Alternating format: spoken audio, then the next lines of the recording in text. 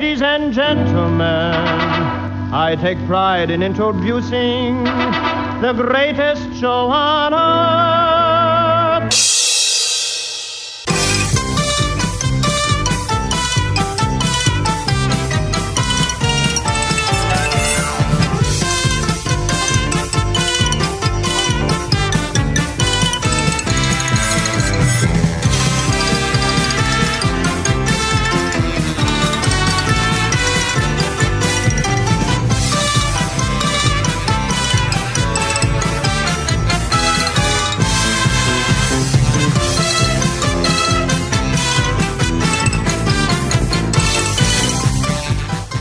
Welcome to the Uncle Floyd podcast. My name is Scott Gordon.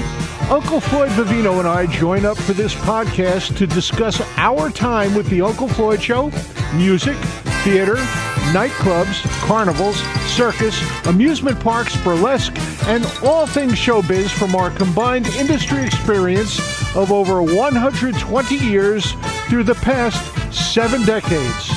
We also answer questions that are emailed to ufpodcast@sge-inc.com.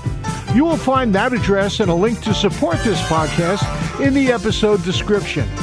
Join Uncle Floyd and me, Scott Gordon, now for this episode of the Uncle Floyd Podcast. Now it's time for another Uncle Floyd Podcast. This one's number 28.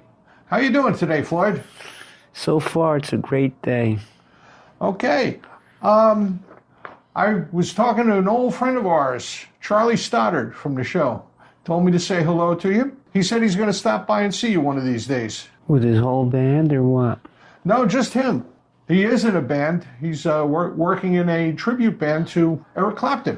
And they're touring around, and keep your eye for the authorized Eric Clapton tribute band and get to see Charlie play keyboards.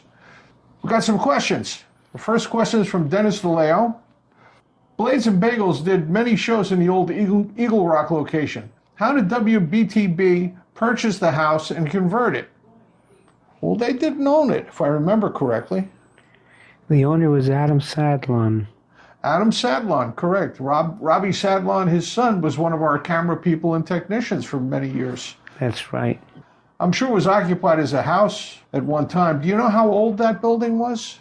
So old it had ghosts in it. Remember there were ghosts in it?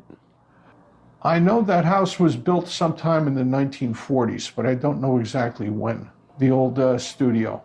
And there weren't very many neighbors to object to it. We had Chubby's Diner. We had Pal's Cabin nearby. Pal's Cabin had quite a history, didn't it? Yeah, with gangsters. And you couldn't miss that because of the antenna out back. That was really obvious. You could see that.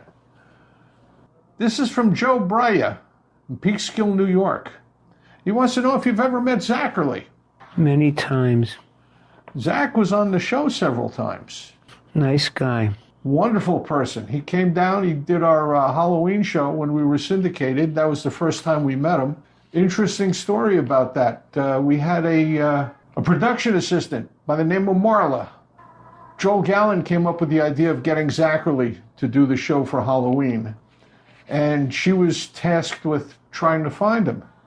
She couldn't find him. She couldn't get in touch with him. I said to her, what do you mean you couldn't get in touch with him? You went upstairs to the office in the station, and this was on West Market Street in the West Scissor building, and got the Manhattan white pages. And you put it down in front of her and you said, look up Zachary in here. And there he was, John Zachary. And she'd never thought of looking in the phone book. It was many years after he did Disco Teen on Channel 47. In the same vein as Zachary, Joe Montana wants to know if you've ever seen Svengoolie. No, never. He's doing a very similar thing that Zachary did, but he's doing it now. It's a new show. And I've seen a couple of the episodes, and he's originally from Philadelphia, which means I'm sure he knew Zachary when he was younger. Michael Lepowski makes a comment here. He says, I knew Hervé Villechaize before he went on Fantasy Island, the guy who used to go, the plane, boss, the plane. And he spoke about how many freak shows had died out over the years, and he jokingly referred to himself as a freak because he was so short. Michael would like to know if you have had any experiences in the circus working with some of the freaks. I worked with William Dirks, who was the man with 3 eyes and 2 noses. That's the biggest freak I worked with. And they weren't ashamed to call themselves freaks. I worked with the midgets, Bob Hermines, Lilliputians. You also talked about going out to lunch with them once to a restaurant. To a buffet. It was a buffet. And the line was so long. And one of the freaks says, I'll clear them out. And they were not ashamed to be called freaks. It was a badge of honor. They call them human oddities now, but they did not mind the name freaks at all. I worked with a couple of them myself. I worked with a lobster boy. He had hands that were not formed properly, and they dressed him up in a red suit back when I was doing a carnival. I never worked with them. You never worked with the lobster boy? No, I worked with Fish Head. Those were good days. We had fun those days. People were much looser. Okay, Susie Tannenbaum asks, when you were an air broker securing ads for the Uncle Floyd show, did you only go to businesses you knew personally, or did you go to people cold? I went to a lot of people cold. That was my specialty, walking into a strange place and selling them an ad. I say, how did you negotiate a deal with somebody like that? I'd walk into a business like a bicycle shop and say, you want to be on television? I guarantee you all your money back, that you'll get a big response. And it worked. And I don't think we ever had a sponsor that complained. They were all very successful on our show. They were. The price was cheap. Even the ice cream parlors with the ice cream that didn't melt. Zips ice cream. Mark McKeon wants to know the origin of the phrase "snap it, pal." Where did that come from? It came from the Fonz, who the kids used to send in pictures. Sit on it, Uncle Floyd. Did you say sit on it? I said, no, that was a vulgar expression. It was sit on it and rotate. And we never used such vulgarity on the show. When did you first hear or use snap it, pal? High school days. High school days. Jerry Niclario set it up. A friend of mine whose family came from the Bronx, actually from East Harlem. Brendan Hoke wants to know, how did you come up with the character for Jerry Gersino, my favorite? Was it based on anyone in particular? Just a mad militant that was disgusted that New Jersey was being slighted on national television. They left out, for example, the traveling time machine shows. They left out things that should have been in there. One example in particular was the weather map of the United States. They never included New Jersey in it. Okay, well, that's all the questions we have for today. This has been podcast number 28. Just wanted to remind everybody, if you want to get a question in, all you have to do is email it to me. Just send it to ufpodcast@sge-inc.com. That's ufpodcast@sge-inc.com. And I print it out and I read it to Floyd and we have a good time. And you can also come to our live stream where we show clips of the old TV show and I talk about it and I answer your questions that you ask at the time. That you can find by going to theunclefloydshow.tv. theunclefloydshow.tv. And you'll get right there and see what it's all about. Anything else you want to add today, Floyd? There have been 800 people who've done that so far. 800 people. Exactly. That's quite a large number considering everybody said this idea would not work. Well, everybody said our TV show wouldn't work either. And this podcast is working too. We've got a lot of great people who are listening to it and posting comments on the app. David Bowie was the most generous with his compliments about my piano playing. He said I was one of the last of the honky-tonk players, which is true. He didn't say honky-tonk, though. He said...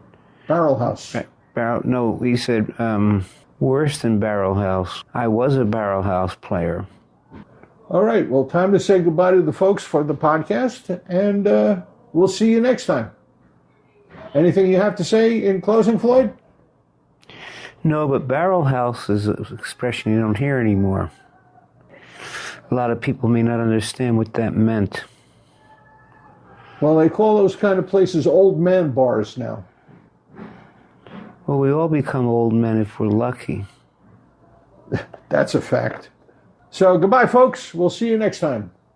And as Floyd always says, Tuesday night at 8, we have a date for the live stream show. This was the Uncle Floyd Show. And the podcast will be back here in a few days with another episode. And who knows what's going to be asked. That's up to you folks. You send in the questions, we send out the answers. Very good work, Scott Gordon. Thank you, sir. I appreciate it. Tuesday at 8, we have a date. Tuesday at 8, we have a date for This Was the Uncle Floyd Show. And keep your eye on the podcast subscription, and you'll know when the next one of these comes up. They'll let you know. And if you want to tell your friends how to get here, just tell them to go to unclefloyd.podbean.com. That's PODBEAN.com.